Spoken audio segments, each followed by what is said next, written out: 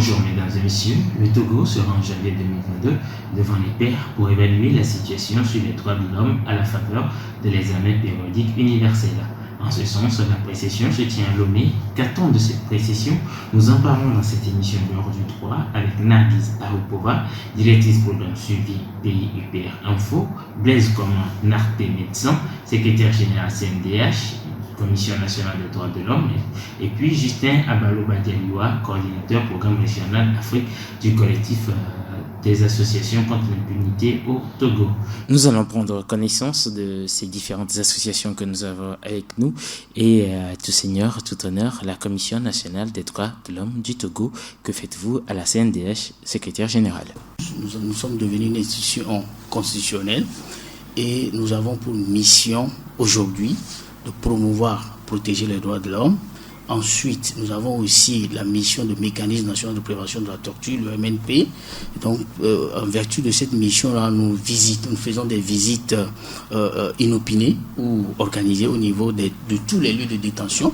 Vous entendez par lieu de détention les commissariats, les brigades, mais surtout les prisons. Et puis notre troisième mission que nous avons eue cette année, c'est de protéger les droits des défenseurs des droits de l'homme.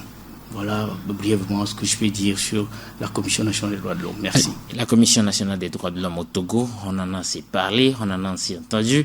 On sait tous les problèmes que cette commission peut poser parfois aux dirigeants de ce pays. Alors, UPR Info avec Narguise Arupova. UPR Info, c'est quoi? Alors, UPR Info est une ONG internationale. Nous sommes basés à Genève. Notre mission, c'est d'améliorer la situation des droits de l'homme dans les pays via le mécanisme de l'OPU. L'OPU, c'est l'examen périodique universel. C'est l'un des 3 mécanismes à l'ONU avec les organes de traité et les procédures spéciales. Le but de nos actions, c'est de dynamiser le processus de l'OPU. Parce que, comme vous savez, un cycle prend environ 4 ans et demi. Et c'est très difficile de créer des points d'entrée, de participer. Souvent, les acteurs participent au début, mais après, voilà, le travail reprend son cours. Et l'idée, c'est de dynamiser le processus avec toutes les parties prenantes dans les pays et de renforcer les capacités. Donc, on est une organisation très technique. On va soutenir tous les acteurs sur l'OPU. Comment utiliser l'OPU à leur avantage, mais on ne s'engage jamais dans le contenu, on reste neutre, car on travaille avec tous les acteurs. D'accord. Pour Justin Abalo-Badialiwa, coordinateur programme régional Afrique, CACIT, on sait que c'est le collectif des associations contre l'impunité au Togo. Alors, quel est votre rôle dans ce processus de l'EPU, précession et tout? D'abord, merci pour l'invitation. Pour dire que, si vous permettez, je pourrais en 2 mots aussi parler un peu du CACIT. Le CACIT est une organisation de défense des droits de l'homme qui a été créé en 2006. Et le CACIT a pour mission essentiellement de promouvoir les droits de l'homme dans notre pays et de protéger également les droits de l'homme. On travaille également sur les questions de la gouvernance, l'état de droit, la démocratie. Et nous sommes une organisation, comme je l'ai dit, nous avons aussi pour mission de faire le suivi de la mise en œuvre des engagements de l'État togolais en matière des droits de l'homme. Donc c'est dans ce cadre également que nous sommes dans ce processus de l'EPU qui consiste à évaluer ou bien à faire l'état des lieux des engagements, notamment des recommandations adressées à l'État togolais depuis 2016 lors du dernier examen. Donc notre rôle a consisté entre autres, depuis le lancement de ce processus en avril où nous avons organisé une consultation nationale dans le pays, à rassembler les acteurs, à renforcer les capacités des organisations de la société civile avec le soutien de UPR Info, notamment aussi en collaboration avec la CNDH, à renforcer les capacités des organisations de défense des droits de l'homme, des acteurs, sur l'élaboration des rapports alternatifs. Et ensuite, en dehors de cela, nous avons aussi, durant 2 jours, organisé un atelier de 2 jours sur la stratégie de plaidoyer. Dans le cadre de la session qui aura dans 2 mois, nous aurons la session. Cette activité a consisté effectivement à renforcer les capacités des acteurs, en collaboration toujours avec la CNDH, pour voir comment est-ce qu'on élabore les fiches de plaidoyer. Ce sont des fiches qui doivent être transmises aux chancelleries, notamment aux ambassades, tant que dans le cadre de l'EPU, ce sont les États qui évaluent les États, leurs pairs en fait. Donc le Togo sera évalué par ses pairs et ses pairs à leurs besoins, ou bien leurs représentants qui sont au Togo avait besoin effectivement aussi d'avoir des informations sur ce qui se passe au Togo, notamment sur les préoccupations majeures que nous avons relevées. Alors, Naguise, du côté de l'UPR, vous assistez plusieurs pays sur le PU. Le PU, il sert à quoi exactement? Le PU, c'est un examen des pairs. Donc, les 193 États membres de l'ONU passent en revue tous les 4 ans et demi. Le but est d'améliorer la situation des droits de l'homme dans chaque pays. Donc, les États examinateurs, donc les États qui vont faire les recommandations au pays, vont faire des recommandations afin d'améliorer la situation des droits de l'homme dans le pays. C'est un mécanisme qui est universel, hein. Ça concerne tous les pays, ça concerne vraiment tous les droits, c'est la particularité de l'OPU. Mais c'est interétatique. Donc il faut savoir que c'est que les États qui peuvent participer. Voilà. Alors, quelles sont les obligations en matière des droits de l'homme que vous surveillez au niveau de l'EPU et puis de UPR Info? Alors, nous, on va vraiment essayer de partager nos connaissances techniques. On ne va jamais vraiment rentrer dans le contenu des droits de l'homme, des violations des droits de l'homme. On va toujours écouter les collègues les dire. On va partager les bonnes pratiques qu'on voit aussi dans d'autres pays, mais jamais vraiment des évaluations des droits de l'homme. Voilà, l'évaluation des droits de l'homme au Togo, c'est votre affaire, Blaise Nartemessan. Voilà, j'y arrive, finalement, toutes mes excuses. Alors, dites-nous au Togo, quels sont ces droits concernés? Mais bien avant, quelle est la situation des droits de l'homme au Togo à cette date d'aujourd'hui? Merci beaucoup. La situation des droits de l'homme, c'est une grosse question. Alors, quels sont les droits qui sont concernés? Voilà la question à laquelle je souhaiterais d'abord répondre. En fait, c'est l'ensemble des droits. C'est l'ensemble des droits. Vous savez, il y a une certaine catégorisation des droits pour permettre de mieux les protéger. Quand vous prenez par exemple ce qu'on appelle les droits civils et politiques, c'est par exemple le droit à la vie, le droit à la sécurité, à l'intégrité, le droit à la manifestation, le droit de réunion pacifique par exemple. Ces droits-là sont abordés dans le cadre de l'examen périodique universel. Il y a un nombre de recommandations qui ont été faites à notre pays sur ces sujets. Il y a ensuite une seconde catégorie, les droits socio-économiques, par exemple la lutte contre la pauvreté, la santé, l'éducation, pour ne citer que cela. Ce sont des questions qui sont au cœur des préoccupations qui sont soulevées lors de l'examen périodique. Ce sont des recommandations qui ont été faites au Togo et auxquelles le Togo donc a tenté de répondre durant les 5 ans, en tout cas depuis 2016. Il y a aussi d'autres catégories, par exemple ce que nous appelons les nouveaux droits, le droit au développement, et les personnes vulnérables par exemple, les questions de genre, de l'environnement. Voilà. Donc ce sont des questions aussi qui sont... donc globalement, c'est l'ensemble des droits qui sont abordés. Maintenant, quelle est la situation avec le Togo? Le Togo a tenté depuis 2016 de donner effet aux recommandations qui ont été acceptées. Pour rappel, il y a eu 195 recommandations, oui, et le Togo en a accepté 161. Et 28 ont été notés. Accepter, ça veut dire que je vais, dans les 4 années, dans les 5 années à venir, je vais faire un effort, avec l'accompagnement, bien sûr, de la communauté internationale, je ferai un effort pour pouvoir mettre en œuvre ces recommandations-là. Et donc, si je prends ces catégories de droits, pour prendre les droits civils et politiques, il y a eu des avancées. C'est ça aussi l'intérêt avec l'examen périodique universel. Il ne s'agit pas seulement de parler de ce qui n'a pas marché. Il faut faire le constat de ce qui a marché, ce qui n'a pas marché, quels sont les obstacles et comment est-ce qu'on peut accompagner le pays à aller de l'avant. Je parlais donc de ce qui a marché par exemple. Et dans ce qui a marché, on peut retenir quoi? Voilà. Quand vous prenez par exemple la question donc, du mécanisme national de prévention de la torture que je dis, qui fait partie désormais de notre mission en tant que Commission nationale des droits de l'homme, ça faisait partie des recommandations à l'EPU 2016. Parce que quoi? Le Togo avait ratifié le protocole à la Convention contre la torture qui impose qu'on puisse avoir un mécanisme qui fasse la surveillance des lieux de privation de liberté. Depuis 2010, le Togo n'a pas mis en place ce mécanisme. À un moment donné, le Togo a dit « Ok, je vais désigner la CNDH pour faire office de ce mécanisme-là. » Le Togo n'est pas le seul à le faire, ça existe dans plusieurs pays. Et donc, à partir de 2018, le Togo a fait réviser la loi qui porte donc l'institution, la loi portant donc CNDH, et a introduit le mécanisme national de prévention. Et depuis 2019, le mécanisme national de prévention est opérationnel. Un chiffre indicatif. depuis 2019, il y a eu 120 visites des lieux de privation de liberté. L'avantage, c'est quoi? C'est qu'il y a un regard extérieur sur ces lieux-là. Ceux qui y sont ne font plus ce qu'ils veulent. Lorsqu'ils apprennent que la CNDH est là, ils font diligence pour qu'on puisse respecter les droits de l'homme. Ça, c'est un exemple. N'est-ce pas parce qu'on voit que la CNDH est présente qui arrive aujourd'hui qu'on met les dispositions en place pour essayer de juste vous flouer? Ça fait partie du jeu du vivre ensemble. C'est-à-dire, il faut des mécanismes pour contrôler. Sinon, l'individu ou les institutions peuvent se laisser aller. C'est pour ça qu'il y a des mécanismes pour pouvoir contrôler ceux qui sont à l'action. Et là, on ne va pas regretter le fait qu'il existe, que la CNDH existe pour faire ce rôle. On doit plutôt se réjouir du fait qu'il y a une institution qui fait le contrôle. Ça, c'est un exemple au niveau des droits civils et politiques. Il y a aussi un autre exemple, la loi sur les manifestations publiques. Vous savez qu'on avait une loi en 2011 qui était une loi merveilleuse que on avait tous appréciée. Et puis en 2019... Dites la loi Bojona. La loi Bojona, voilà, comme on l'appelle entre nous au Togo. Alors, la loi a été révisée en 2019. Et nous avons constaté que la loi est devenue très restrictive. Donc, il était presque impossible de faire des manifestations, notamment en ce qui concerne les axes sur lesquels il faut faire les manifestations, ou la plage horaire. De quelle heure à quelle heure il faut faire les manifestations.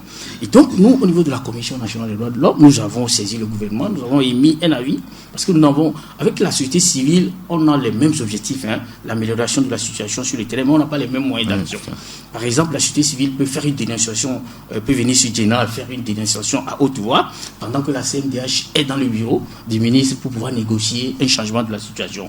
Donc, c'est ce que nous avons fait avec la loi. Nous avons fait un avis confidentiel que nous avons envoyé au gouvernement, où nous avons soulevé quels sont nos points de préoccupation.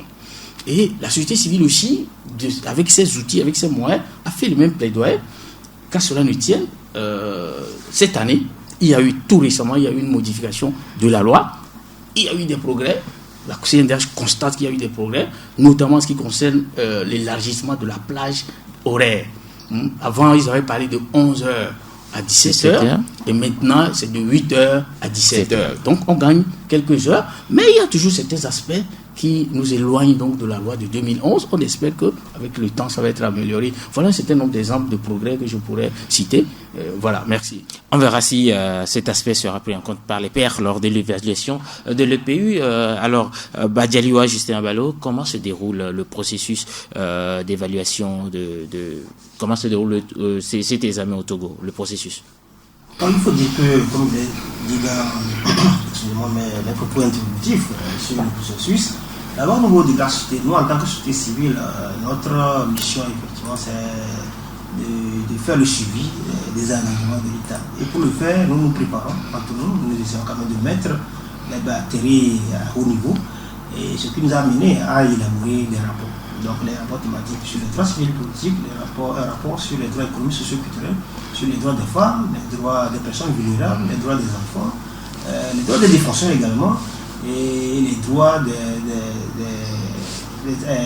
entreprises, un rapport sur les droits de l'homme et les entreprises. Donc il faut essayer de voir comment est-ce que les entreprises respectent, surtout notamment les entreprises dans les zones extractives et autres, respectent les droits des populations riveraines. Donc après l'étape de l'élaboration, nous avons validé ce rapport.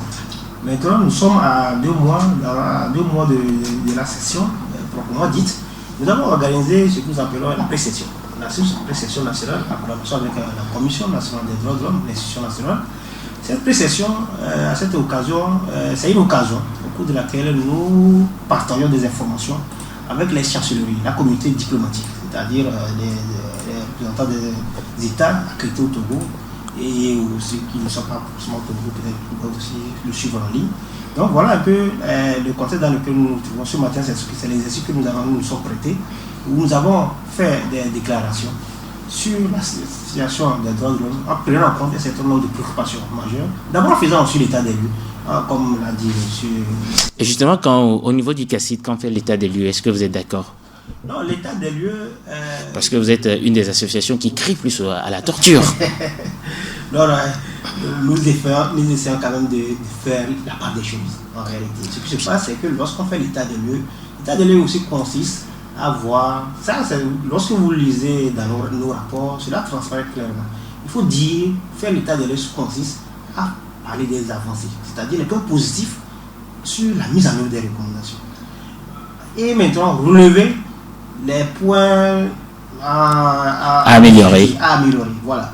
Donc, les points améliorés sont les préoccupations sur lesquelles nous appuyons après avoir évoqué. Parce que l'État reste l'acteur primordial en matière de mise en œuvre des engagements. Sans l'État, on ne peut pas aussi mettre la société civile ne peut rien faire. Donc, nous sommes là aussi pour encourager l'État, exhorter l'État à mieux faire. Maintenant, s'il y a des points, comme je l'ai dit, les points qui sont en souffrance, il est important de les relever et d'attirer l'attention du gouvernement. Maintenant, au cours de cette précision, comme je l'ai dit, ce sont des éléments sur lesquels nous devons échanger avec les ambassadeurs qui représentent les États. Comme je le rappelle, le PE est un examen unique en ce genre qui permet à tous les États de se faire examiner en fait. Et dans un dialogue interactif et constructif. Le PE, contrairement aux autres organes, ce sont comme les pairs qui évaluent. Et les Nations Unies ont créé ce mécanisme pour dialoguer davantage avec les États. Parce qu'on s'est rendu quand même compte que depuis fort longtemps, parfois ce sont des critiques, ce sont des contestations sur la façon dont les choses se passent. Mais avec le PE, on se dit non, ce sont les États. Comme les États ont parfois une préoccupation. Maintenant, lorsque un État attire votre attention, en tant qu'État aussi, État examiné, il attire votre attention sur un certain nombre de préoccupations, il vous encourage. Je pense que ce sont des dispositions qui consistent aussi à vraiment lancer une certaine nouvelle dynamique en matière de respect des droits de l'homme dans nos pays. Donc, pour dire en termes d'état des lieux, nous disons que dans nos rapports, il y a tout. On n'aura pas tout le temps, pendant toutes les missions, on n'aura pas tout le temps pour évoquer cela. Si je prends l'axe, les droits civils et socioculturels. Monsieur le secrétaire général a déjà évoqué les droits sociopolitiques. Les droits civils et politiques. Je pourrais revenir sur les droits civils et politiques parce qu'il y a beaucoup de choses aussi là-bas. Sur les droits économiques et socioculturels, il y a lieu quand même de relever un certain nombre d'avancées dans le domaine du droit à la santé. L'État a pris des mesures pour l'amélioration des conditions sanitaires en faisant la contractualisation par exemple, en recrutant aussi un certain nombre d'agents du personnel de la santé, en construisant aussi des centres de santé. Ça, ce sont des éléments à mettre à l'actif de l'État. Ça, c'est déjà des indicateurs très importants. La gratuité de l'accouchement. Et de l'accouchement, la gratuité de l'accouchement et tout ça. Ça, ce sont des éléments à ne pas dire, parce que à évoquer de façon positive. Maintenant, au-delà de ça, je pense qu'il y a aussi en matière de santé, à savoir que les hôpitaux manquent parfois des blocs. C'est pas parfois, les hôpitaux en manquent cruellement au Togo. Au lieu de dire, mais ils en manquent. Ça, ce sont des défis sur lesquels on doit pouvoir travailler. Ce sont des éléments sur lesquels nous encourageons l'État à chercher davantage de moyens, à essayer de mettre un certain nombre de dispositions pour que le droit à la santé par exemple soit bien garanti.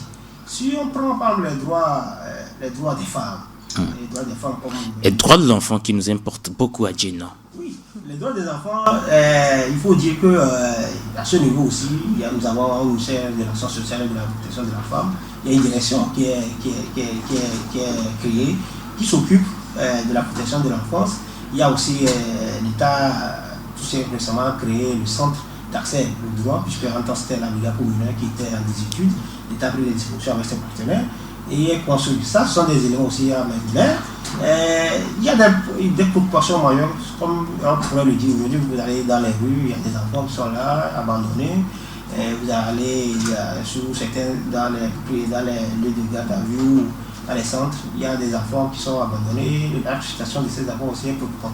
Pour nous, c'est aussi l'occasion de demander aussi à l'État de pouvoir prendre des discussions pour que puisqu'on crée des centres de réinsertion de ces enfants, pour que les enfants, lorsqu'ils sortent, après avoir été sanctionnés, pour avoir été gardés à vue pendant un petit temps, qu'ils puissent retrouver leur famille, qu'ils puissent avoir une meilleure réinsertion sociale. Parce qu'il n'y a plus, à part les acteurs de la société civile qui essaient quand même d'accompagner, il n'y a pas de structure étatique, à proprement parler, qui accompagne. Voilà. Sur les droits civils et politiques, mais la question de la liberté des manifestations, je pense que depuis la crise de Covid, même avant la crise de Covid, elle s'est posée. Elle s'est posée. Mais elle est plus restreinte désormais avec la Covid. Évidemment, je pense qu'on doit pouvoir avancer, on doit pouvoir aller de l'avant, d'autant plus que lorsqu'on observe aussi autour de nous, dans certains pays, il y a des manifestations gigantesques. En Côte d'Ivoire, il y avait des élections.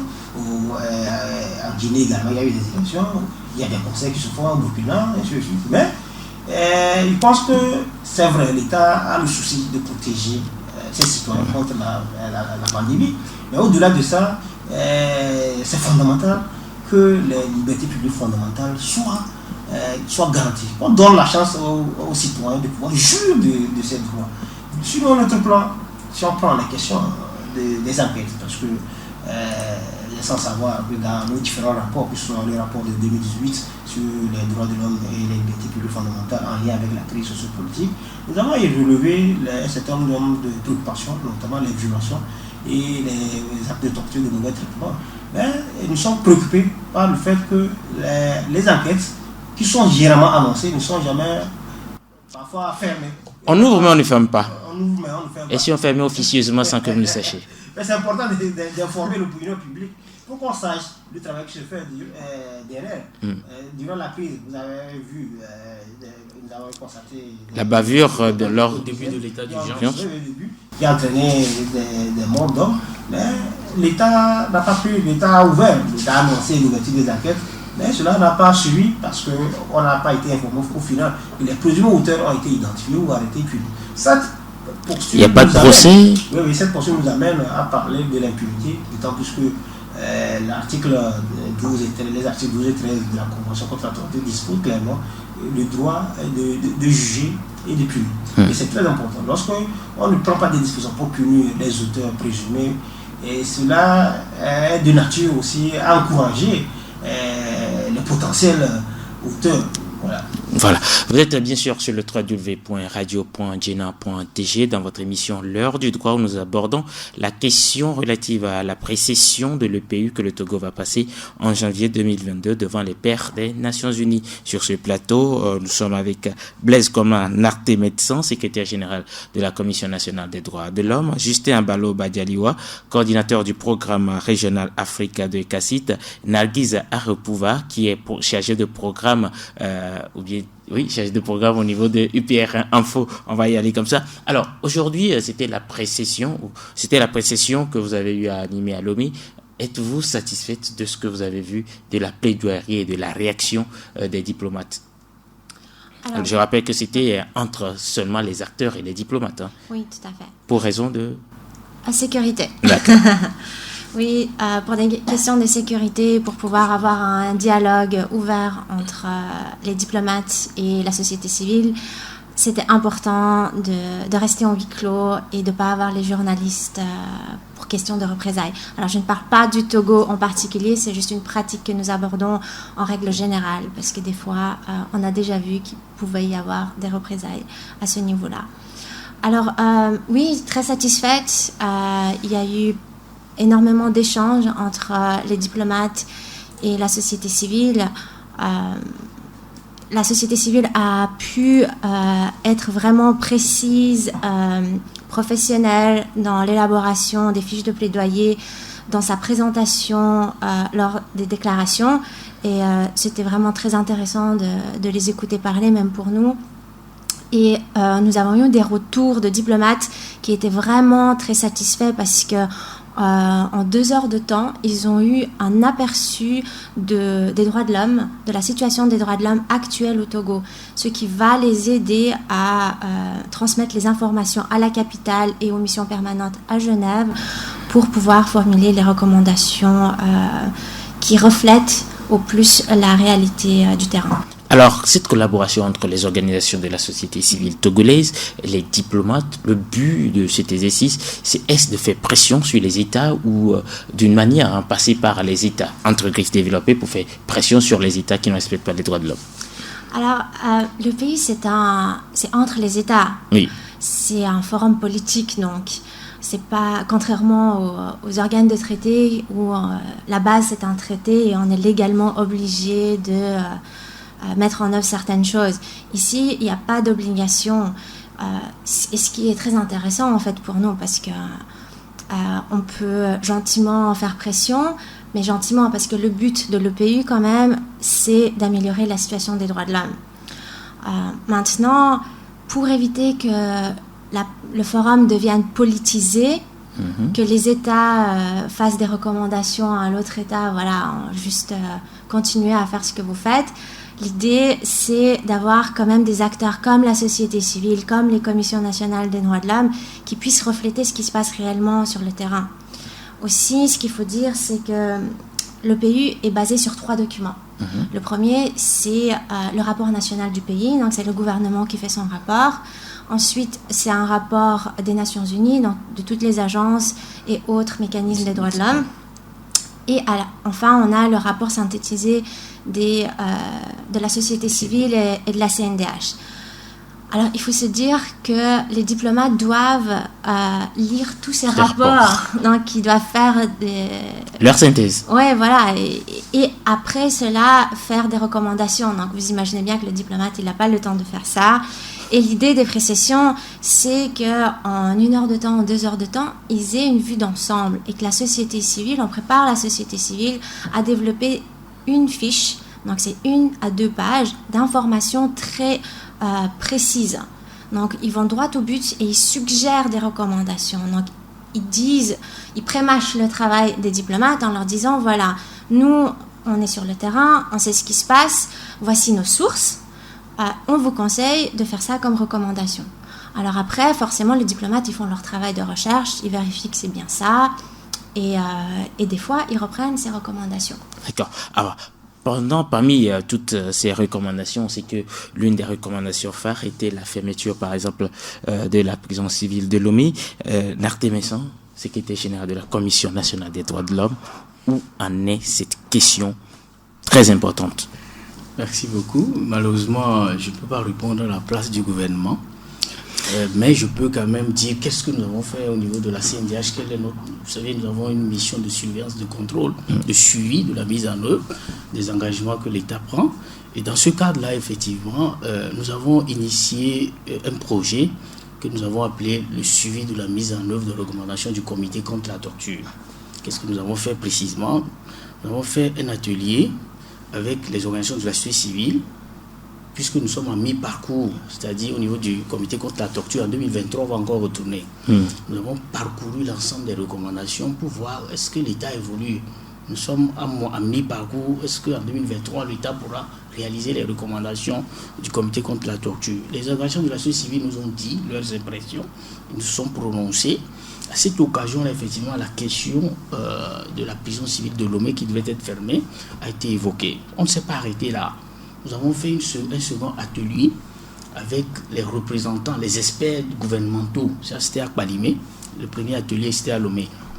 Donc, à Kpalimé, nous avons dit, bon, ok, vous êtes les représentants des ministères, des ministres, dites-nous où est-ce qu'on en est. Donc, il y avait le ministère de la Justice, le ministère des Droits de l'Homme, le ministère de la Sécurité et d'autres départements concernés. Et eux aussi nous ont dit qu'est-ce qu'ils ont fait essentiellement. Concernant la question précise de la prison civile de Lomé, je vous assure que vous pouvez comprendre avec moi que ce n'est pas par une baguette magique qu'on ferme une prison, d'ailleurs la plus grande prison du pays. Et donc, il faut un certain nombre de prédispositions. Alors, ce que le gouvernement nous a dit avoir commencé, c'est qu'il y a un site qui a été identifié. Je ne vous dis pas aujourd'hui où on nous a dit, parce que nous on fait partie aussi de ces discussions, peut-être que ça peut changer, mais aujourd'hui, il y a un site qui a été identifié à l'extérieur, dans la banlieue, entre Lomé et Thiviers, et ils sont à la phase donc de, comment on appelle, la conception, le plan qu'il faut pour avoir cette prison-là. Et l'intérêt de notre action, c'est que lors des échanges, il nous a été dit qu'on ne pouvait pas fermer la prison civile de Lomé. C'est compliqué. On peut par contre transformer cette prison civile-là pour les prévenus, c'est-à-dire ceux qui ne sont pas encore condamnés. Pourquoi? Parce qu'ils vont être proches du tribunal. Du tribunal, ça va être plus facile. Vous voyez, l'intérêt de faire des interactions, c'est que le gouvernement a dit que c'était une très belle proposition. Le mieux, c'est de réhabiliter cette prison-là et de la réserver en maison et de la transformer en maison d'arrêt, comme on le dit ailleurs. C'est-à-dire qu'il n'y aura que des prévenus. Les condamnés vont aller dans la nouvelle prison qui va être construite. Les choses évoluent. Peut-être qu'en 2023, on n'aura pas une nouvelle prison, mais l'idée a pris. On espère qu'avec le temps, ça pourra être une réalité. Alors, au niveau du CACIT et des organisations de la société civile, l'idée a évolué du côté de la CNDH et du gouvernement. Certains peuvent inscrire la CNDH d'être une commission étatique, parce que relevant de la Constitution, vous qui êtes société civile, qui défendez les causes perdues, dites-nous aujourd'hui si vous partagez la situation au niveau de la prison civile de Lomé. Est-ce que cela fait partie encore de vos plaidoiries? Je pense que c'est évident, ça fait partie de nos plaidoiries. En plus que la recommandation que je demandais, c'est la recommandation 25 du point A du comité contre la torture, qui recommandait effectivement la fermeture de la prison civile définitive, de la prison civile immédiate surtout. Donc nous sommes, ça fait bientôt 2 ans que cette recommandation a été adressée, mais l'élément nouveau, comme le SG vient de le dire, c'est l'identification d'un site. Parce que pour être plus précis, nous avons eu le texte, l'arrêté ministériel, c'est à Dalavé. Dans les yeux. Donc à ce jour, c'est l'information que nous avons, c'était en décembre 2020 que l'arrêté a été fait. Donc nous sommes toujours dans cette dynamique et dans l'attente de la pose de la première pierre. Et ça, en tant que défenseur de droits, c'est vraiment ce qui nous préoccupe. Tant plus qu'aujourd'hui, comme on le dit, les conditions de détention sont très très très difficiles pour nos frères et sœurs qui sont en détention. Il ne faut pas vraiment souhaiter à quelqu'un d'aller dans une prison parce que ce n'est pas du tout évident. Donc, ce qui est aussi intéressant, c'est vrai que nous sommes très préoccupés par cette situation de la prison. C'est aussi l'occasion, puisque nous, dans notre démarche, au récit que nous faisons, il n'y a pas, lorsque nous faisons le plaidoyer, nous essayons quand même de faire des propositions à l'État togolais dans sa marche pour l'amélioration des conditions de détention. Nous avons aussi fait des propositions aussi à l'État, surtout en termes de chaîne de financement, parce que quand on parle de fermer la prison, c'est des gros consommes. Et aujourd'hui, on ne peut pas, comme il a dit, on ne peut pas la fermer de façon définitive. Pour l'instant, tant qu'on n'a pas vraiment créé une autre prison. Ça peut servir, les locaux peuvent servir aussi à faire autre chose, mais pas à contenir tous les détenus. Donc voilà un peu. Donc aujourd'hui, je pense que le Togo, le gouvernement devrait être dans une dynamique de recherche des fonds, de financement. Donc si on n'a pas suffisamment de fonds, parce que c'est des milliards, s'il faut construire cette prison, ça coûte beaucoup de ce sont des milliards de francs CFA. L'État a le choix de mettre sur un budget, sur le budget dans 2 ou 3 ans ou 4 ans pour pouvoir la construire. Et chaque année, il y a une ligne budgétaire qui permet de faire des travaux et production. Maintenant aussi, il appartient aussi au ministère, que ce soit au gouvernement, ou au ministère des Finances, ou au ministère de la Justice, de faire aussi la recherche des fonds, auprès des partenaires et des bailleurs de fonds, puisque l'État à lui seul aussi ne peut pas mobiliser tous les fonds pour le faire. Donc, il faut tous les acteurs qui sont impliqués sont appelés à pouvoir réfléchir aussi avec l'État, faire des propositions concrètes à l'État pour que l'État puisse avoir suffisamment de ressources pour le faire. Donc je pense que la balle est toujours dans le camp du gouvernement. Nous continuons par aussi faire des propositions pour que l'État trouve les bonnes voies afin de respecter cet engagement. Alors je reste toujours avec vous, Justin, pour vous poser cette question. Les plaidoiries, les rapports de la société civile, est-ce que vous asseyez avec les autres institutions pour le faire? Parce qu'on sait que sur cette précession, le CACIT est au cœur, ou c'est le CACIT seul qui propose ces plaidoiries? Oui, en fait, comme pour les 2 jours d'actualité que nous avons eu sur la formation sur les documents, la fiche de plaidoyer, il y avait au moins 60 acteurs. Donc, il y avait les acteurs de la société civile, ils étaient une quarantaine.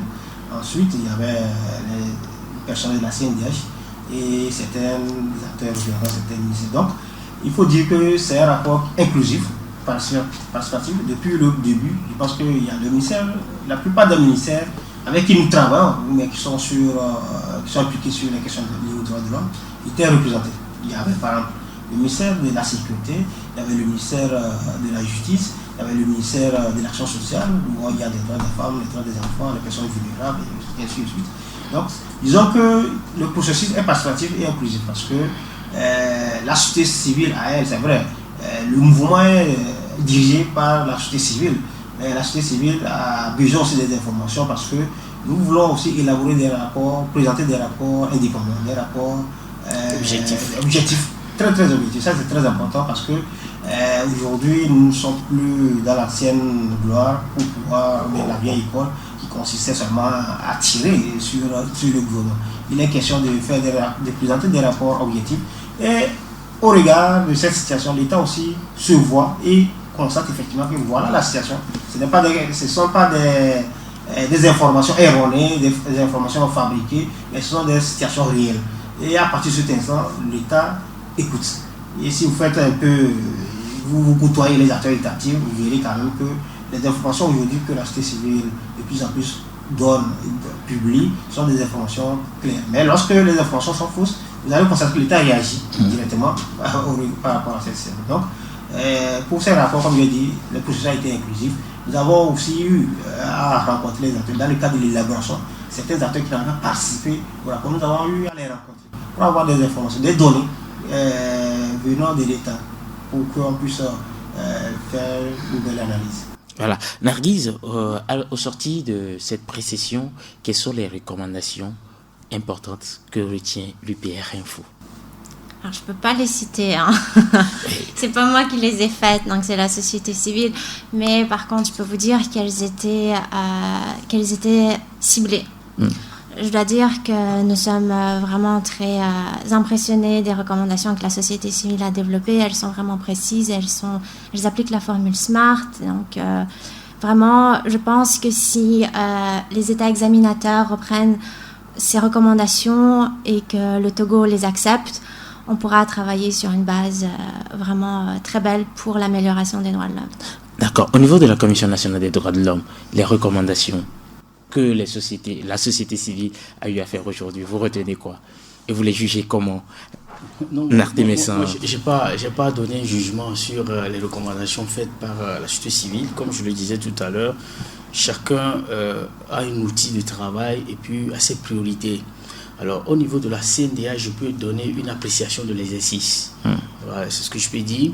En fait, effectivement, la Commission nationale n'est pas une organisation de la société civile, mais la Commission nationale des droits de l'homme a intérêt à travailler avec les organisations de la société civile parce que nous visons tous le même objectif, l'amélioration de la situation des droits de l'homme sur le terrain. Et donc, parfois, il y a des outils qui nous sont communs et parfois, il y a des outils qui nous sont spécifiques. Dans l'exercice que nous avons eu à faire, on aurait pu dire nous sommes une commission nationale des droits de l'homme, on va faire notre à part et on laisse. Non, le PU, par sa nature, exige une certaine inclusivité. Et c'est ça qui permet d'aboutir à une objectivité, comme le disait tout à l'heure Justin. C'est-à-dire que si les acteurs se mettent ensemble, on n'a pas besoin d'une loupe pour voir ce qui ne va pas et ce qui va bien. Et donc, il y a des sujets où, effectivement, c'est ça mon analyse sur le sujet. Nous avons, sur un bon nombre de sujets, nous avons les mêmes approches, nous avons la même compréhension. J'ai parlé tout à l'heure de la loi sur les manifestations. Je pense que cette question a été évoquée et chacun, au niveau de la CNDH comme de la société civile, on s'est dit qu'il y a encore des efforts à faire. D'accord? Nous avons parlé de l'accès à la justice, le droit à la justice par exemple. On a un certain nombre de problèmes là-bas. Aujourd'hui, les acteurs de la justice eux-mêmes ont commencé par sortir les problèmes que nous on a dénoncés depuis des années. Et donc, tout le monde commence par voir que l'exercice de plaidoyer, ça doit être notre priorité. Il faut faire les plaidoyers pour que les gens puissent voir les problèmes qui se posent et aussi voir les progrès. Et donc, c'est la leçon que moi je tire.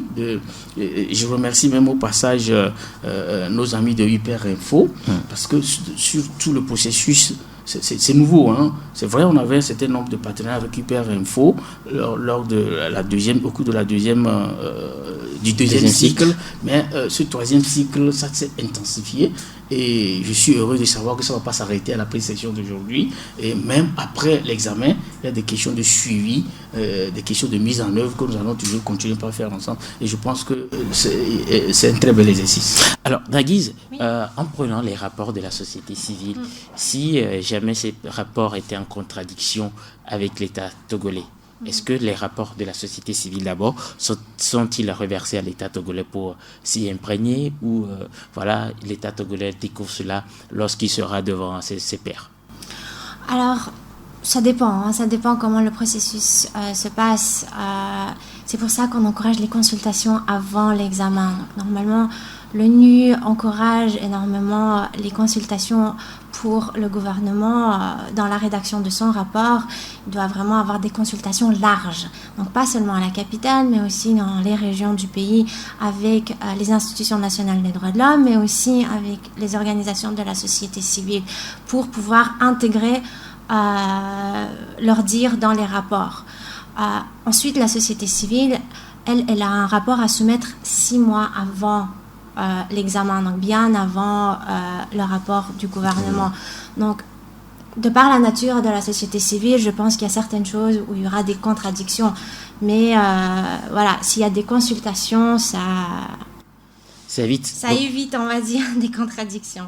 Alors, Narit Messon, secrétaire général de la CNDH, vous voulez rebondir sur la question? Oui, j'allais dire quoi? Je dis que ce n'est pas la contradiction qui fait problème, mais c'est le caractère ouvert de l'exercice, le caractère très ouvert. Je crois que Justin l'a dit tout à l'heure, tous les départements ont été consultés dans le processus. Je vous parle par exemple de la CNDH. Depuis mai, eux ils ont commencé en avril, nous on a commencé en mai avec les activités de renforcement de capacité.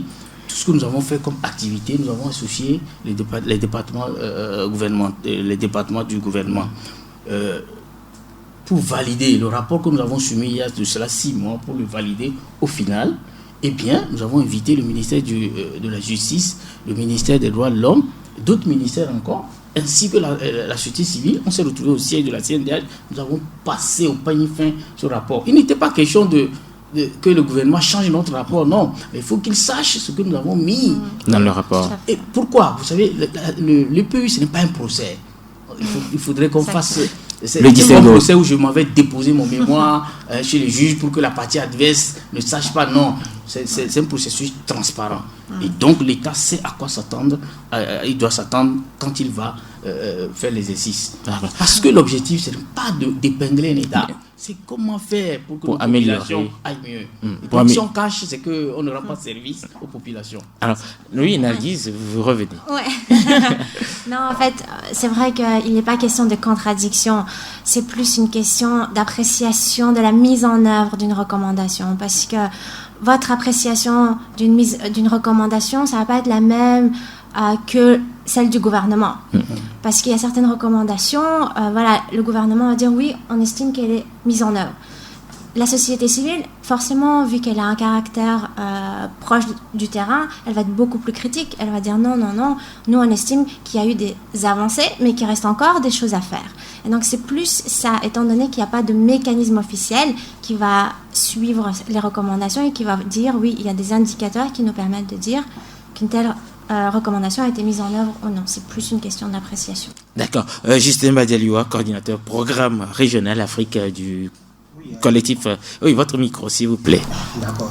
Je voulais juste rappeler que les rapports que nous avons produits, ces rapports ont été transmis au gouvernement.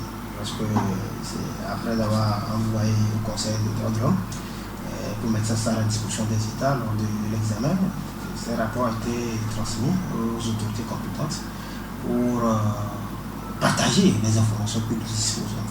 Et vous rappelez tout simplement que, comme les précédents l'ont dit, l'EPU, vraiment, nous disons toujours dans notre langage, c'est un mécanisme unique.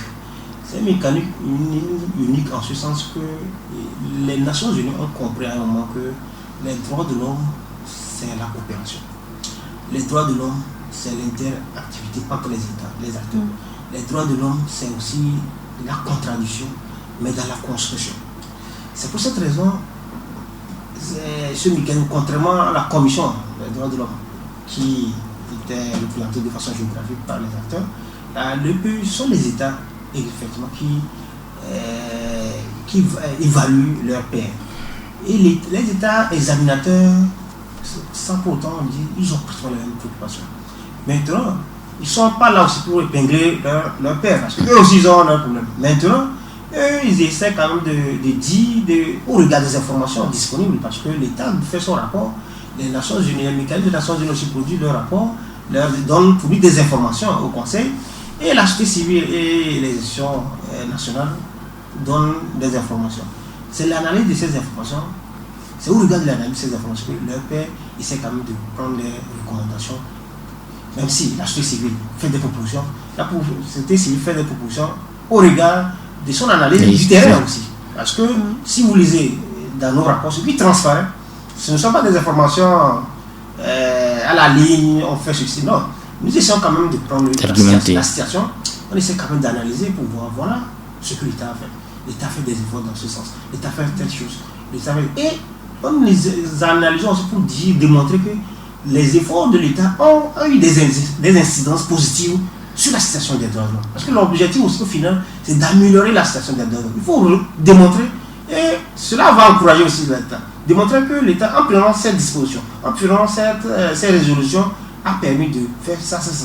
Maintenant, à contrario, si au niveau de l'impact négatif, c'est-à-dire si il y a des défis, il y a des situations qui n'ont pas vu de changement, voici aussi les incidences négatives qu'on peut dire. Donc au regard de ça, on analyse, on démontre aussi à l'État que si on fait ça, c'est bon. Si on fait ça, voilà ce que ça doit. Si on ne le fait pas, voilà plus les situations. Mais quand c'est clair comme ça, et nous présentons aussi à l'État et on fait des recommandations, l'État est ouvert. Et c'est très intéressant de constater comme sur les 193, 95 recommandations, l'État a accepté 167 ou 163 là.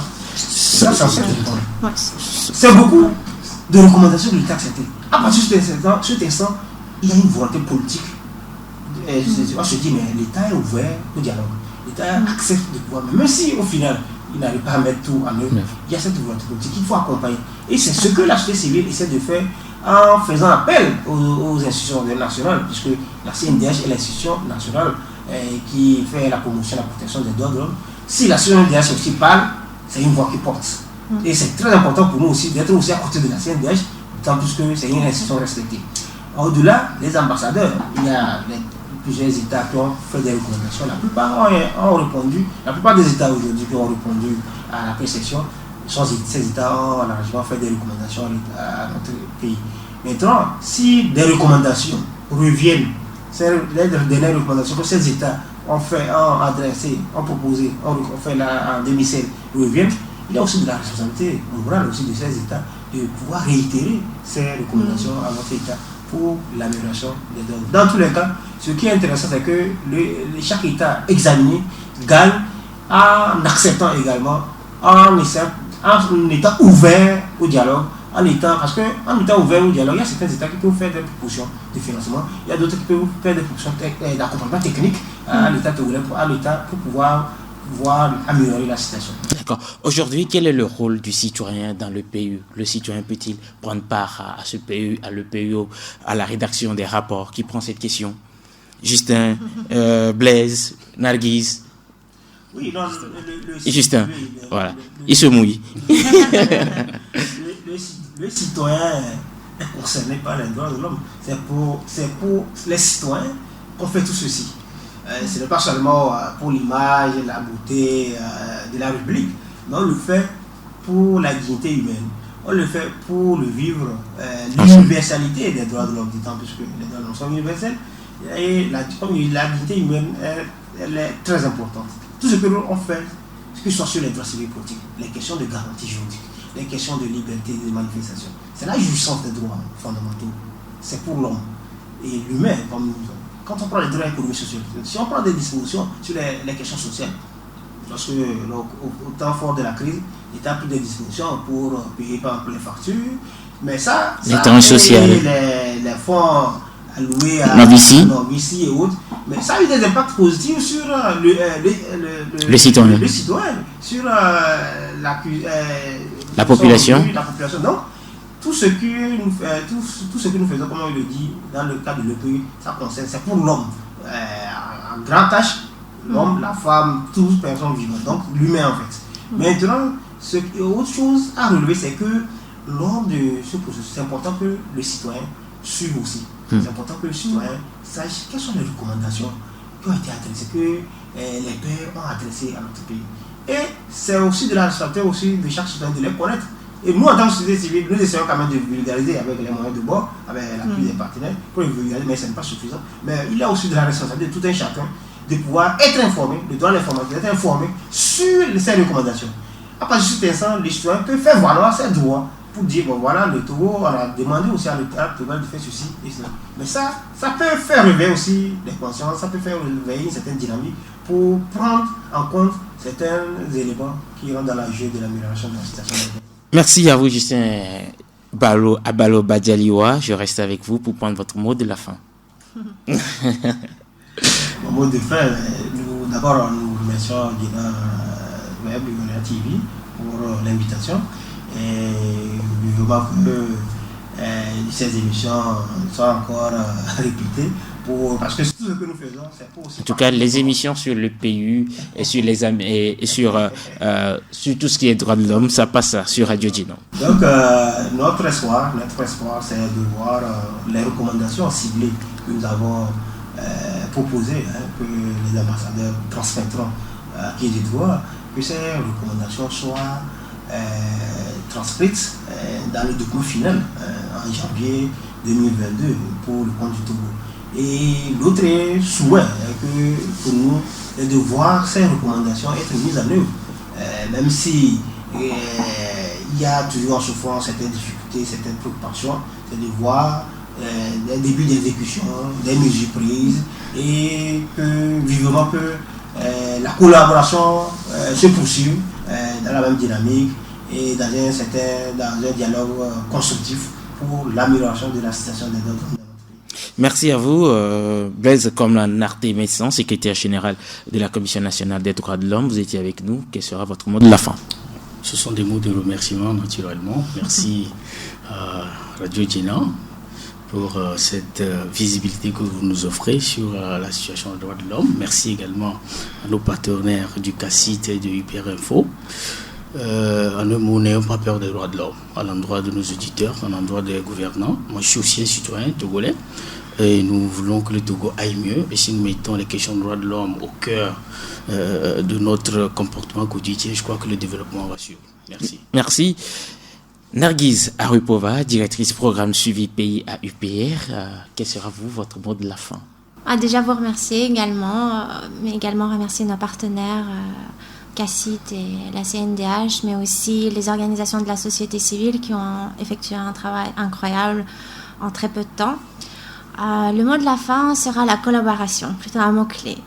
Pour que le pays soit vraiment efficace, il est important que chaque partie prenante collabore, discute et travaille ensemble. Sans cette collaboration, malheureusement, on ne pourra pas atteindre grand-chose. Les droits de l'homme, ça concerne tout le monde, comme l'ont dit mes collègues. Et travailler ensemble pour l'amélioration des droits de l'homme est une belle chose et le pays peut en être un véhicule. Voilà, le Togo, je le disais à l'introduction, sera devant ses pairs en janvier 2022, dans quelques semaines, pour évaluer la situation des droits de l'homme et recevoir des recommandations. Je suis Elia Tipo. Merci de nous avoir suivis dans cette émission L'heure du droit. Rendez-vous la semaine prochaine, même heure, sur le www.radio.djena.tg ou en téléchargeant notre application mobile sur Play Store Radio Djena que vous installez et vous avez tout pour suivre les émissions de Radio Djena. Ne zappez surtout pas, restez avec nous. Bye bye.